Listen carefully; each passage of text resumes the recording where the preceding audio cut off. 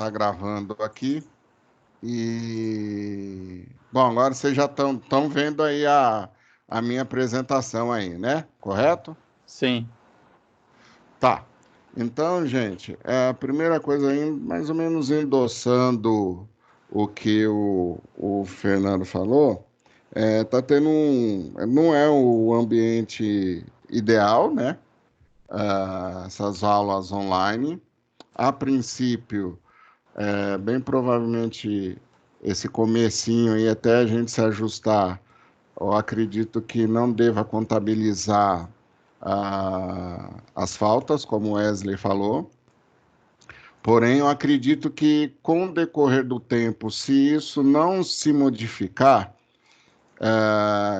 que isso é uma opinião minha, talvez não se modifique num futuro bem próximo aí, eu acredito que não.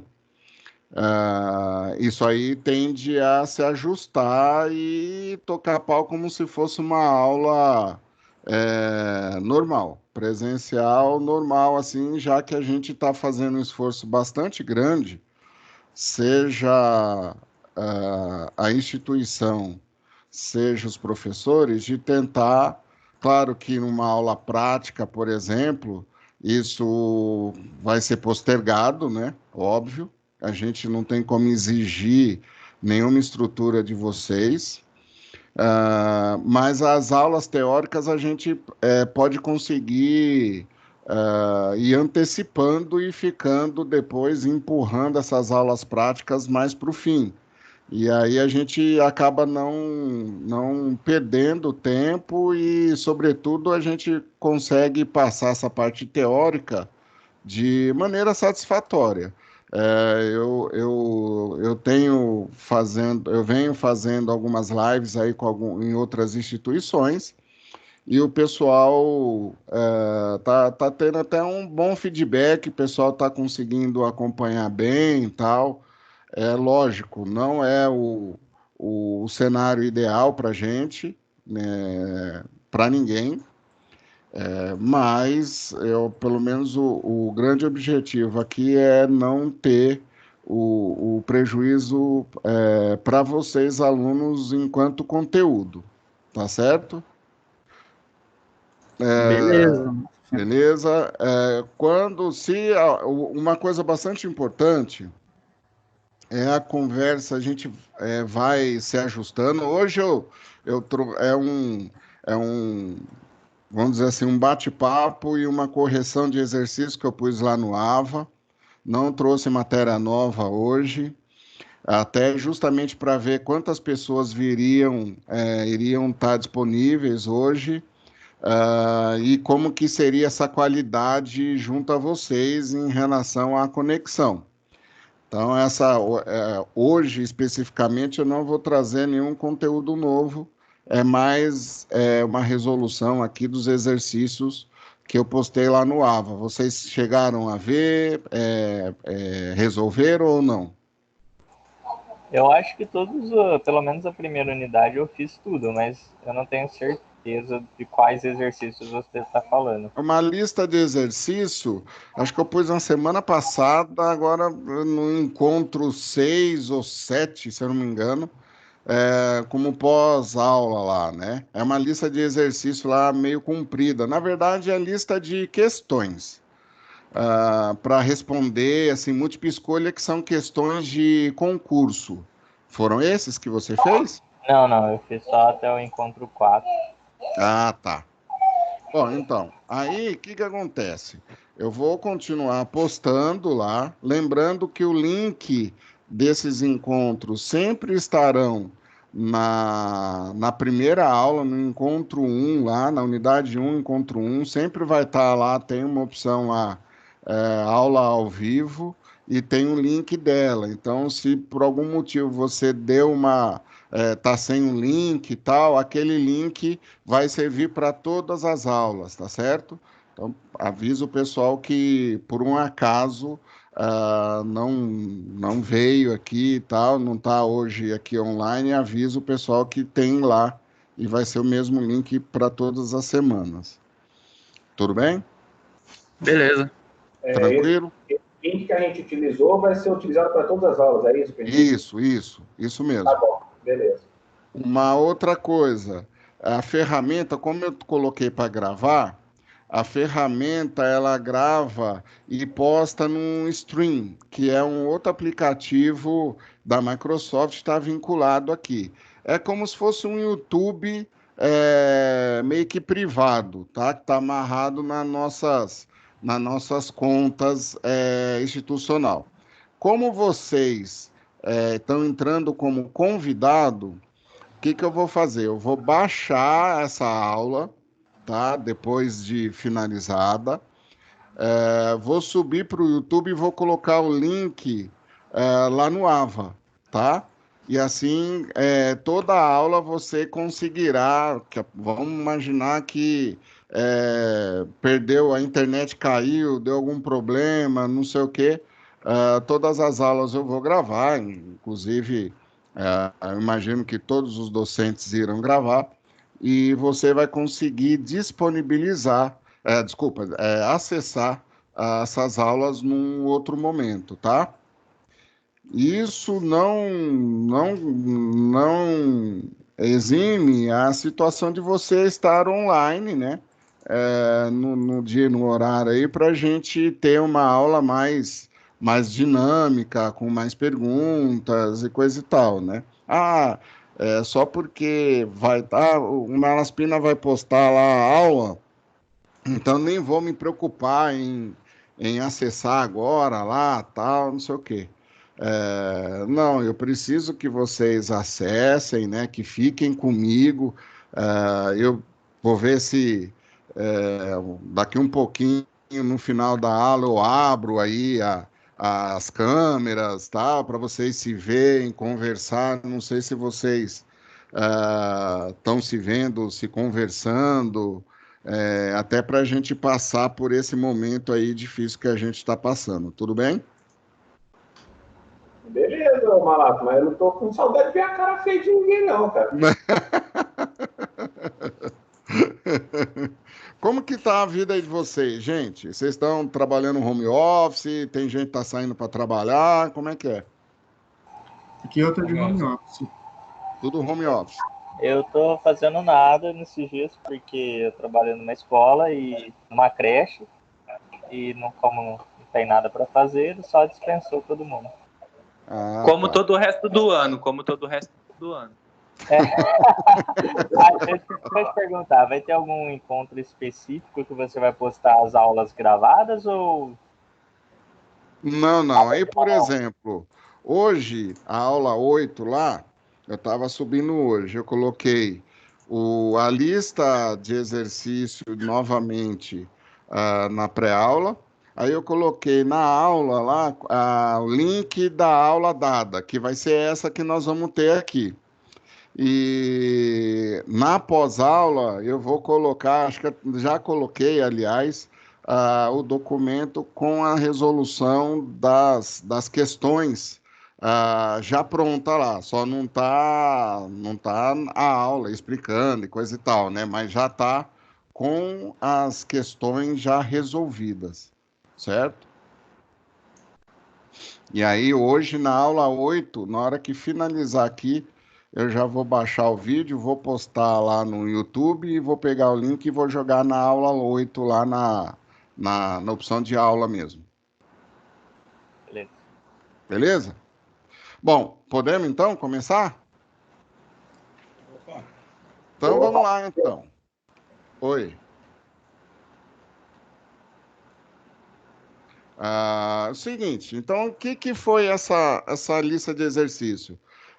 São lista de questões de concurso que eu peguei da internet, para a gente, até para a gente rever o conteúdo, relembrar, né? Já que a gente ficou alguns dias aí sem aula, eu tenho certeza que vocês acessaram o AVA, estão estudando, barbaridade, mas eu falei, vai que tem alguém que não está acompanhando, e aí a gente dá uma revisada, né? Mas, ó, é importante ter falado isso, tentar, eu sei que boa parte de vocês aí, se for igual a gente, está trabalhando mais em casa do que saindo para a rua, né?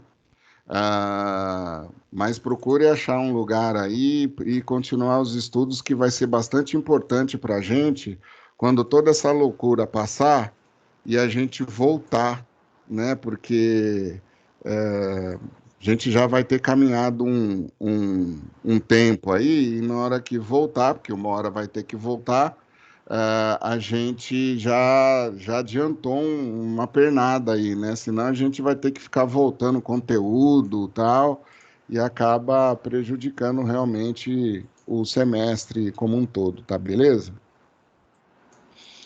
Beleza. Bom, então assim, galera, por que que eu venho fazendo isso? Vocês não lembram que eu falei para vocês no começo do semestre, que eu falei, ó, vou dando lista. E aí eu vou tentar dar ponto em cima disso. São essas listas aqui, tá? Não essas especificamente, mas eu vou colocando lá no AVA, né? E aí, obviamente, eu vou esquematizar alguma forma de pegar essas listas resolvidas de vocês, e aí eu vou dar ponto lá da mesma maneira que eu fiz nos outros semestres, tá? É só essa aqui que eu peguei e falei, vou aproveitar e vou trabalhar elas como meio que uma revisão. Como elas são de concurso,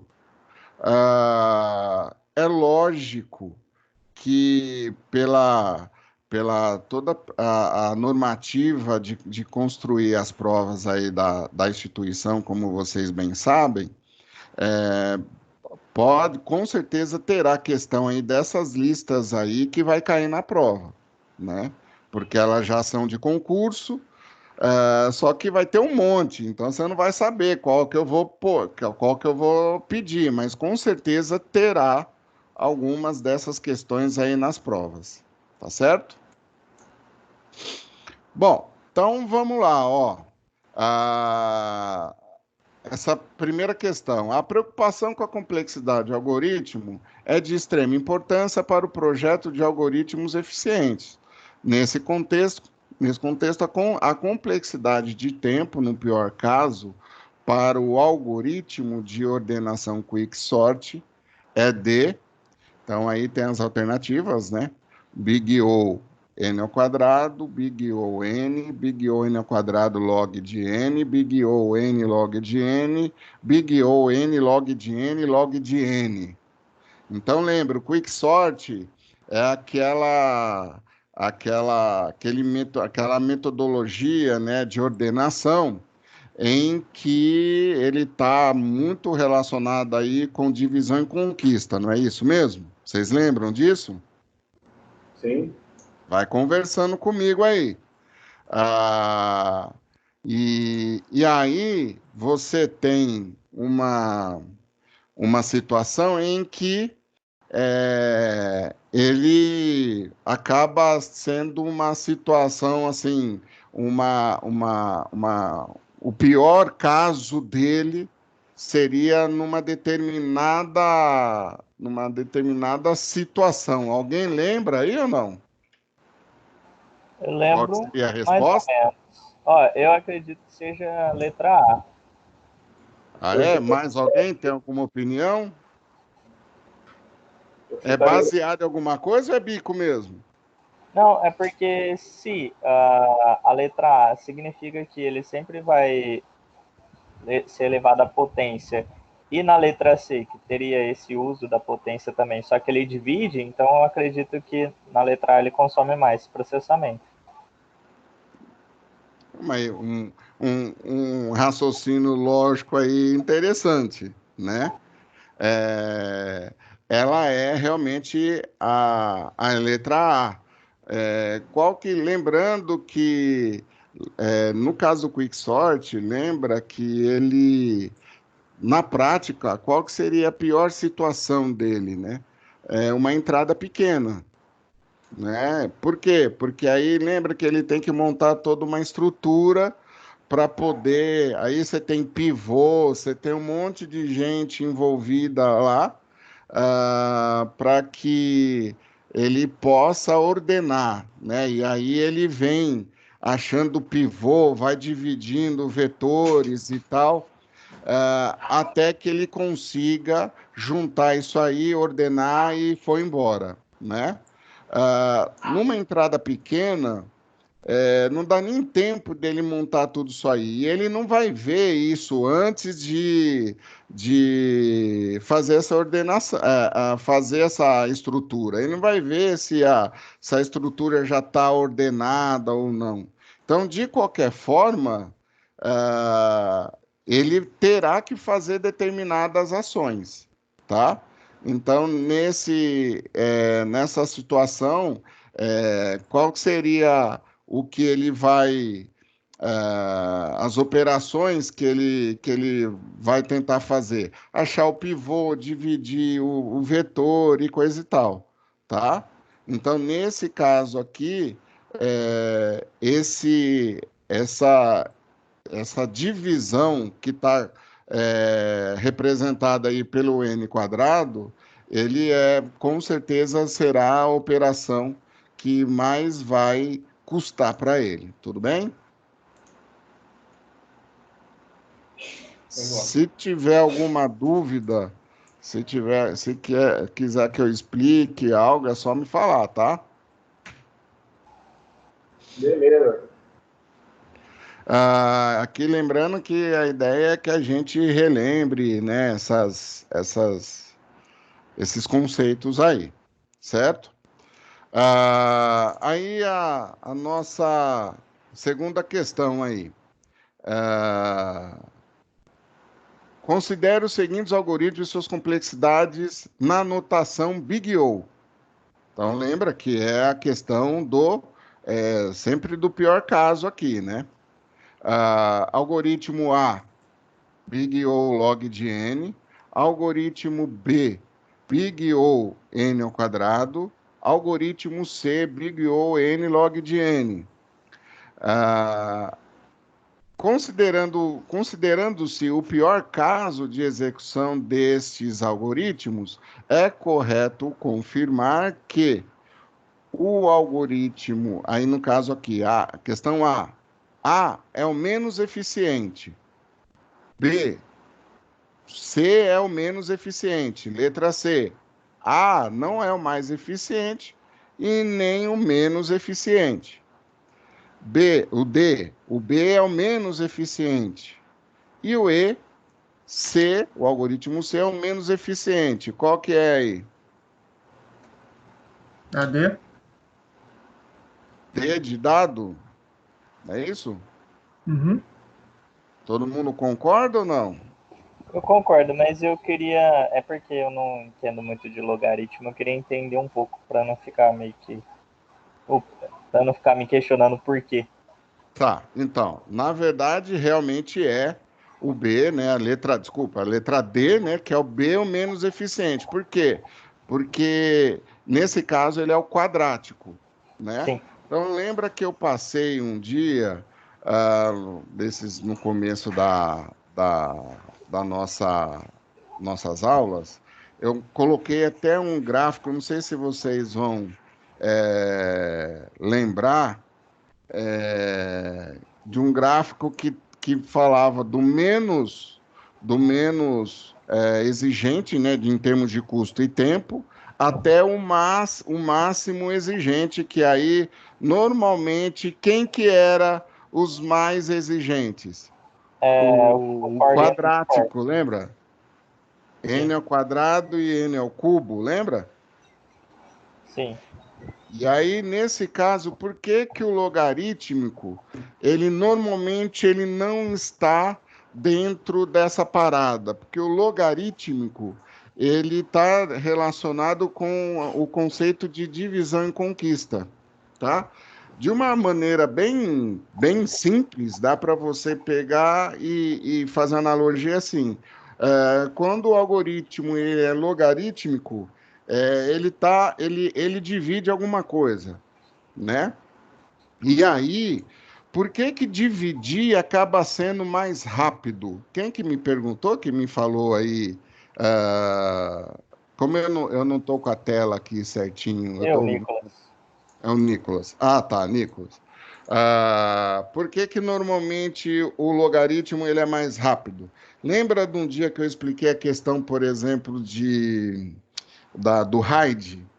Que foi quando o RAID divide o stripping lá, que ele divide e ele pega em 2 HD, ele copia a mesma informação, não, né? Ele pega 10 GB, por exemplo.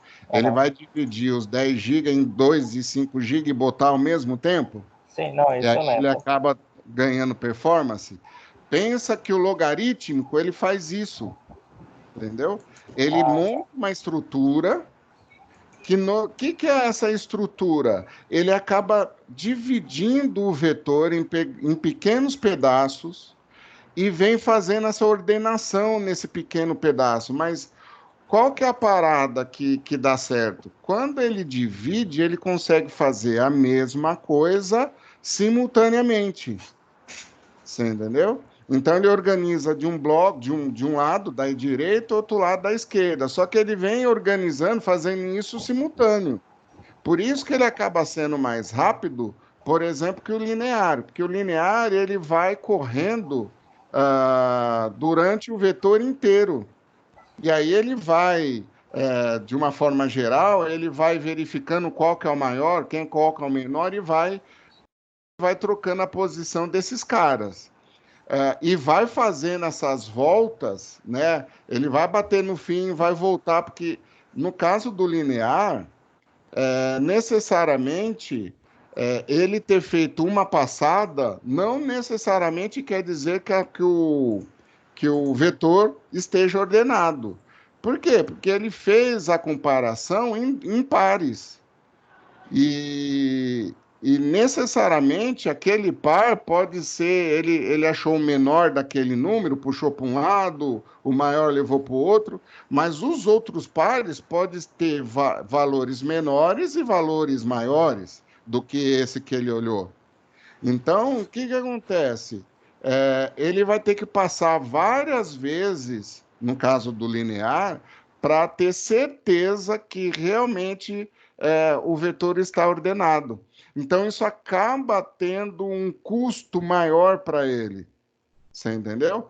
E no caso dos algoritmos logarítmicos, isso não vai ter que passar tantas vezes. Por quê? Porque, de uma forma geral, na hora que ele já sobe mais ou menos ordenado. E aí, no máximo, ele vai dar uma passada e matou a brincadeira. Você entendeu? Então, o logarítmico, toda vez, Nicolas, que você vê que o algoritmo ele é logarítmico, ele não é um dos que consomem mais, né? Apesar de ele ter que ir fazendo essa verificação, mas para entradas grandes, né? Ou ordenação grande, ele acaba sendo a melhor saída. Entendi. Mas só uma dúvida aqui em relação a isso. Para o logaritmo ele ser eficiente, é necessário ter múltiplos núcleos de processamento? Ou, por exemplo, claro que hoje não existe mais, né? Mas antigamente, quando os processadores tinham um único núcleo, ele ainda fazia esse tipo de divisão? Sendo Sim. que teria que ser, de toda forma, sequencialmente? Não, então, boa pergunta. O que acontece? Você tem, em termos de estruturas de hardware, né? Você tem os multiprogramáveis e a questão de você ter multiprocessadores, né? Então, o multiprogramável, você está pensando no monoprogramável e no monoprocessador. Mas eu tenho multiprogramável e multiprocessadores. Eu mesmo tendo apenas um processador só, eu tenho como programar de maneira multiprogramável. O que seria o multiprogramável? Você lançar a mão dentro dos seus processos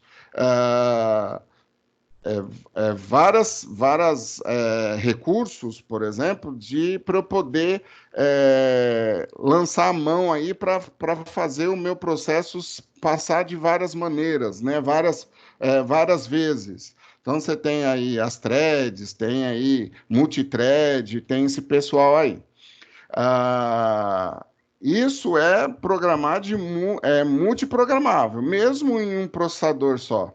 Entendeu? O monoprogramável, aí sim é execução em lote. E aí é de maneira serial. Ele tem que matar praticamente esse processo para depois pensar em outros processos. Mas você pode, com o decorrer do tempo, você vai acompanhando que, mesmo sendo um processador único, eu tinha já condições, por causa dos controles do próprio processador e principalmente de controle de auxílio do sistema operacional, você passou a conseguir a programação multiprogramada. E aí, lógico, hoje você tem uma programação multiprogramada com a questão de multiprocessadores, que aí são os vários núcleos. Então, basicamente, você tem essa situação de eu conseguir, de uma maneira geral, rodar quase que processos paralelos, e aí vem o conceito de pipeline, tem um monte de coisa lá, junto com a questão de vários núcleos. Então, aí você tem aí uma situação em que o seu processo ele pode ser executado de maneira muito rápida. Mas lembra que todo mundo tem acesso a essa condição. Por isso que o autor ele sempre fala que você achar que, por causa da evolução do hardware, que existe, que é fato, você conseguirá executar o teu sistema, o teu software de maneira satisfatória, né? Isso nem sempre é verdadeiro, porque os sistemas operacionais aumentaram os seus processos, todo outros softwares aumentaram os seus processos. Então, toda a galera tá aproveitando o mesmo recurso, entendeu? Então, é quase que a gente tá no futuro quase que pensando, tendo uma mesma preocupação do passado. Tudo bem? Ok, entendi. Uhum. Mais uma aí, dois vetores ordenados, contendo cada um deles n números inteiros, precisando ser unidos em outro vetor. Olha, essa aqui você já tem uma questão de ordenação e já a cópia, né? Mandar já para um terceiro vetor aí. Então, um vetor maior, que conterá os dois n, né, números, que também serão armazenados de forma ordenada. A complexidade de tempo, de melhor caso, desse processo, então, será a letra A, big O de 1, que seria constante, pois se precisa fazer apenas uma cópia simples de cada um dos elementos originais. Isso aí dá de cara, dá para você arrancar dando risada, né? Como que pode ser, eu vou ordenar 2, jogar para um terceiro, que vai ter que ser o dobro do tamanho dos 2 primeiros, e eu vou fazer isso com uma instrução só, né? Com um passo apenas. É impossível. B. Big O log de N, pois se usa a busca binária para determinar qual será o próximo, desculpa. Opa, parece que estamos... Alô, vocês estão me vendo? Estão me ouvindo? Sim. Oi. Oi. Estão me vendo? Sim, a gente está. Porque aqui meio que caiu aqui para mim. E agora voltou. Tá vendo o slide ainda, né? Sim, normalmente. Tá. Então, pois se o próximo elemento copiado para o vetor de destino. C, big O de N, pois se precisa fazer uma cópia de cada um dos elementos originais, o que implica numa varredura completa de cada vetor de origem. D, big O N log de N, pois se precisa fazer uma busca de cada elemento para depois... ficou aqui... Deixa eu pegar essa janelinha aqui de vocês e jogar. Para depois inserir no vetor de destino e big O n ao quadrado, pois como há dois vetores, precisa fazer dois laços de forma aninhada, um dentro do outro, gerando uma multiplicação das quantidades de elementos. Qual que seria? Essa aí é mais difícil, acho, viu?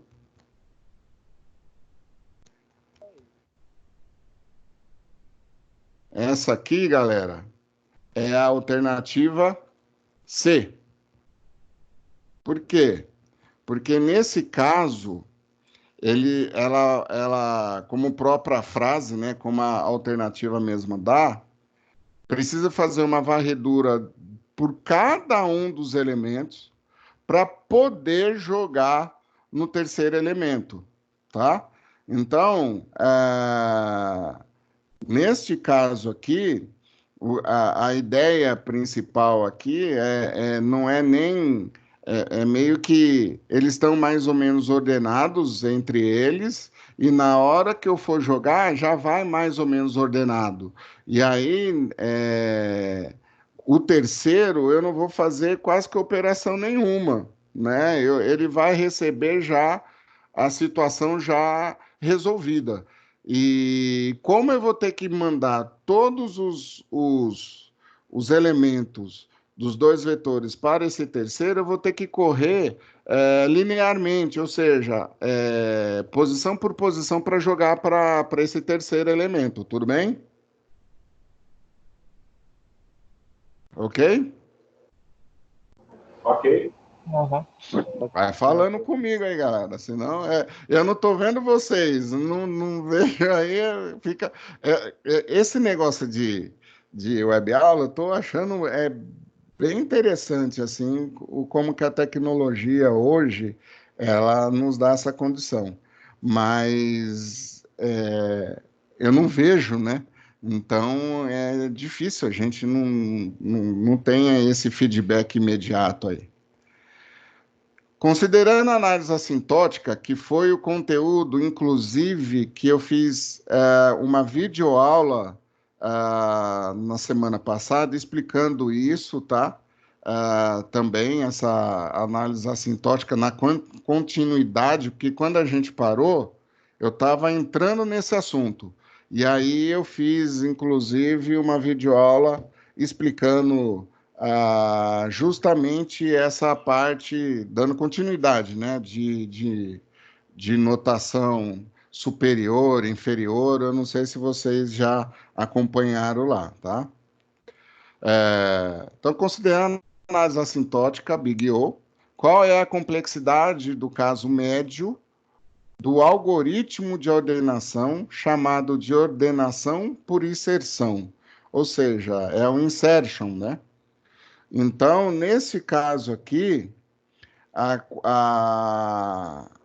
tudo que é complexidade de caso médio é meio complicado, né?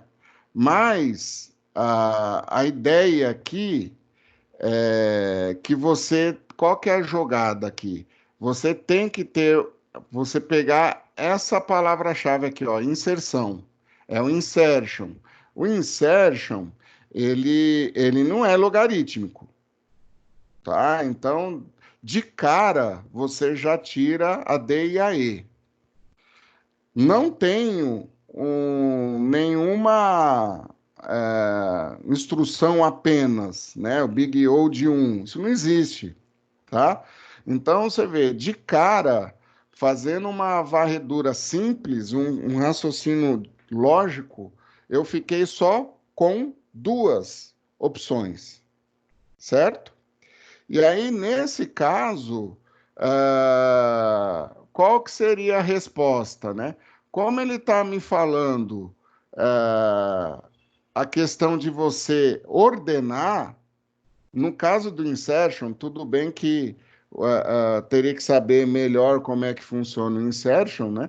Mas ele vai comparando, né? O insertion, o selection, eles são mais ou menos parecidos, né?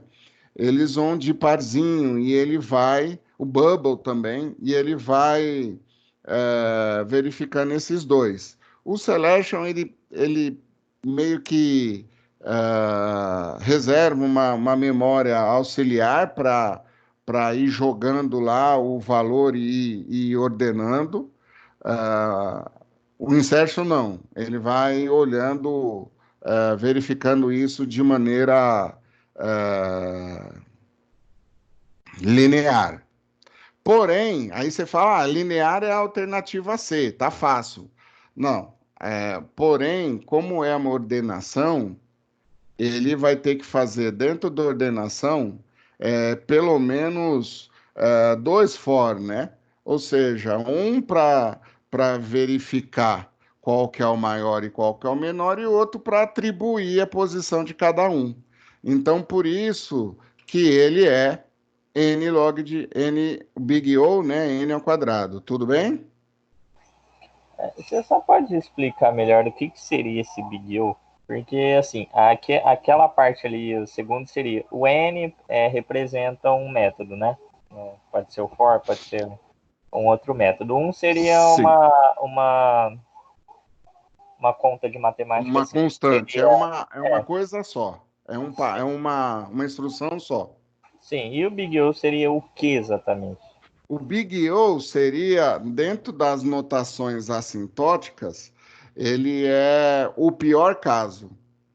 Aí é Big O, Big Ômega e Big Teta. O Big O é o pior caso. O Big Ômega, ele é o melhor caso. E o Big Teta é o caso médio. Tá, Tudo mas bem? então por que na pergunta tá falando sobre o Big O e qual é a complexidade do caso médio do É que algoritmo? nesse caso aqui, a questão, eu fiquei até pensando se eu colocava ou não, né?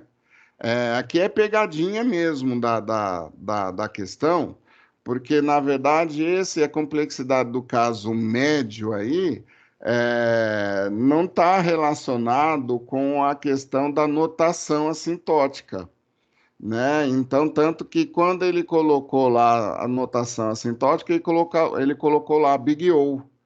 E esse caso aqui, qual é a complexidade do caso médio do algoritmo? É médio de.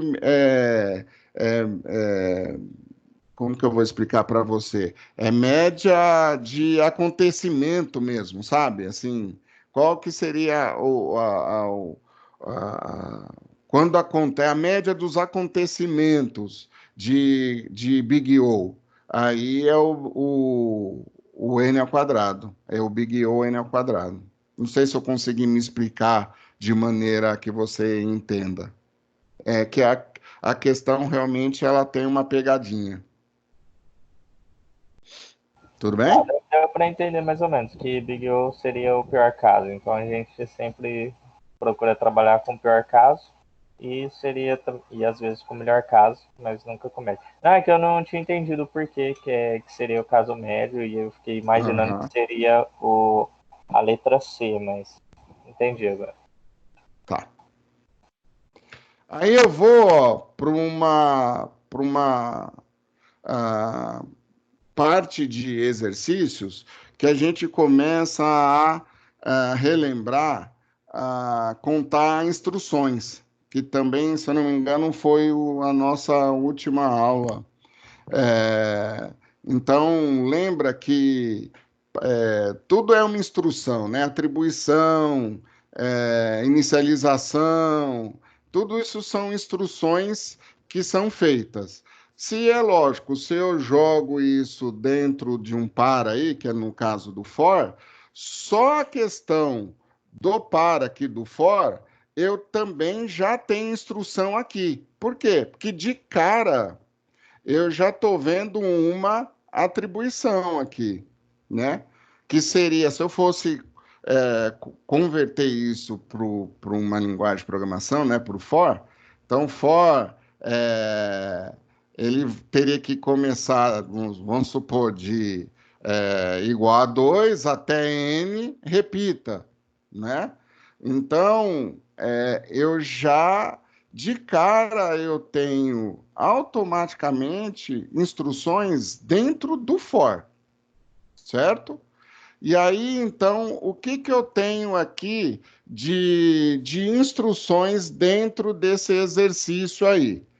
Eu tenho o max, que ele está recebendo essa variável A aí, está recebendo o 1 aí, tá? Então, eu tenho uma atribuição. Beleza, eu tenho... Esse 1, no caso, é uma equação ou é Não, um valor 1 mesmo, numérico. valor? Ah, tá. Valor. Então, eu tenho essa atribuição que eu já tenho que contar. Eu tenho, dentro do para, do for, eu tenho pelo menos mais duas instruções, né? Que eu tenho, nesse caso aqui, inicialização, e essa comparação que ele faz até n. Então, eu tenho inicialização e se eu fosse jogar isso dentro de um for, seria igual a 2 até i menor igual a n, né? Será, ou i menor que n. Isso é outra instrução. Então, só na linha do for, no caso aí nosso do para, ele tem duas instruções que ele que tá sendo executado.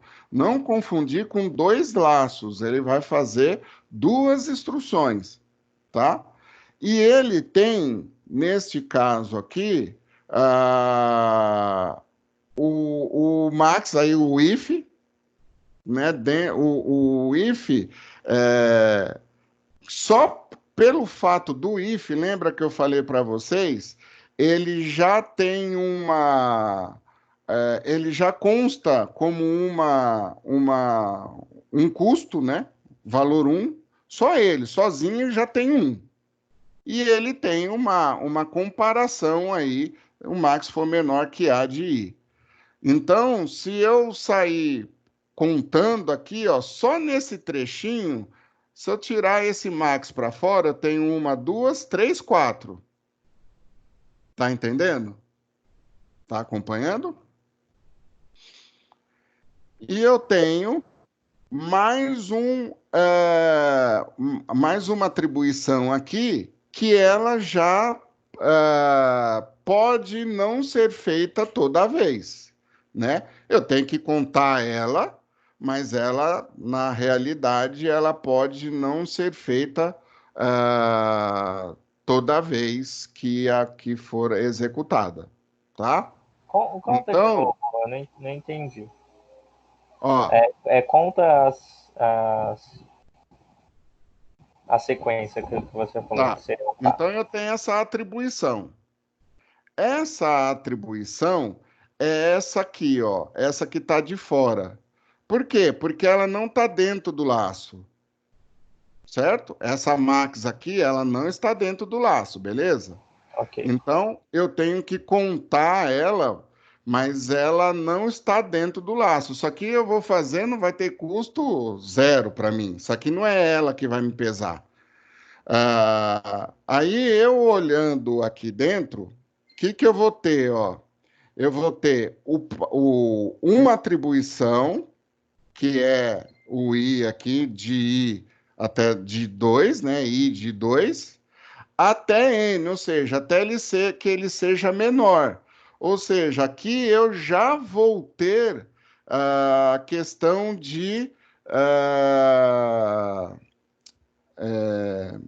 custo, né? Por quê? Porque eu estou comparando. Isso também ele tem um custo dentro do meu algoritmo, que seria I menor que N, tá? Essa comparação, ele também me gera um custo.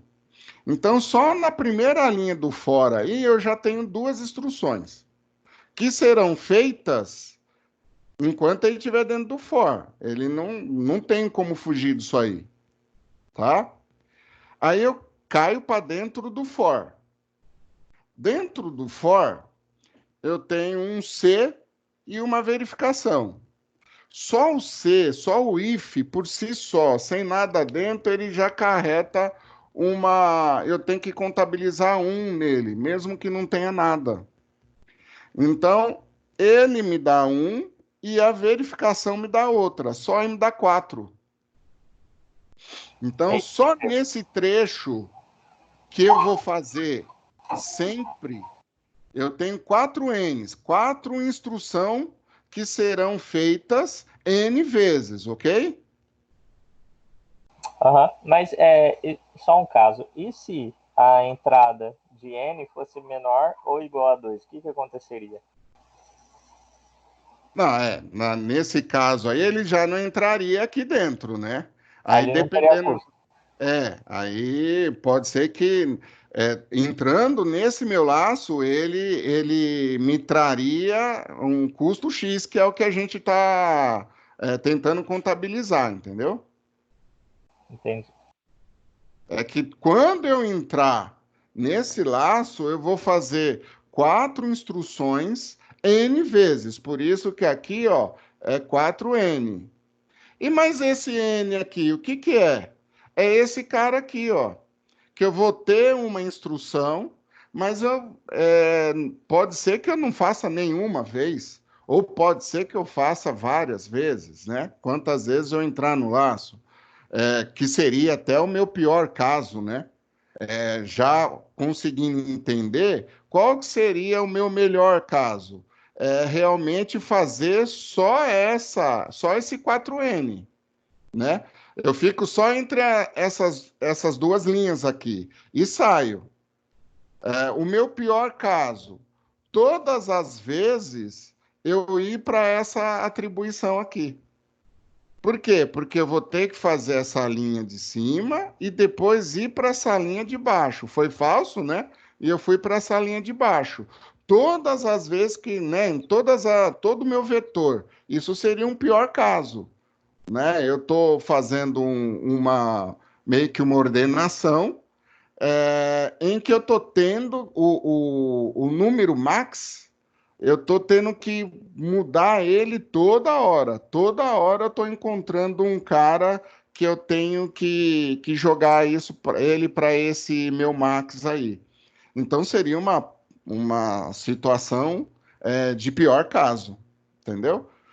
Nesse caso, 4N por causa desses dois, mais N, que é esse aqui, que eu não sei quantas vezes que eu vou fazer, mas eu tenho que colocar ele, mais um que é desse que está para fora aqui. Então, toda vez que tem a possibilidade de ter uma equação, a gente contabiliza mesmo que no melhor caso ela não aconteça. Então, se tivesse, por exemplo, um else ali, seria mais N. Sim, mas justamente. Eu tenho que contabilizar mesmo que ela não seja feita, né? Por isso que é legal até assim, mas se eu, ao invés de, eu poderia somar 5N mais 1, esse 5N mais 1 seria o meu pior caso, né? Mas eu coloco 5N mais 1 ou 4N mais N mais 1. Nesse caso aí, eu aceitaria de qualquer forma, porque eu entenderia o que você está me falando. Entendeu? Entendi. Esse ordena aqui, esse aqui já é mais complexo. De cara, o que eu já sei que vai ter? Que esse algoritmo aí, ele é um algoritmo quadrático. Como que eu sei que ele é quadrático, gente? Ele tem 2 fors. Isto. Só o Nicolas está na aula aí, gente? Ele está um laço dentro de outro laço, né? Justamente. Deixa eu ver aqui. Tem um monte de gente aqui, só o Nicolas que tá falando? Nossa. É porque só ele que é corintiano, é isso? Cara, mó egoísta. Né? Eu sou louzeiro, gente. Tem um monte de gente na aula e só ele tá falando. O cara mó tarado, caminha alguns dias e volta louco. Dá um tempo pra gente resolver mesmo. esse, Falaspa. Oi? Dá um tempo pra gente tentar resolver esse, pode ser? Pra eu ver se Pode. Eu Beleza, dou um tempinho, sim. vou fazer aqui. Boa ideia, Nicolas. Quando vocês estiverem terminado aí, vocês me falam.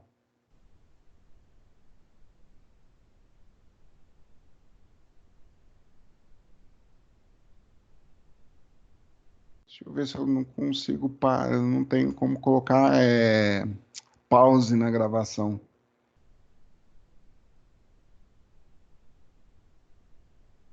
Eu vou parar ela, depois eu gravo de novo.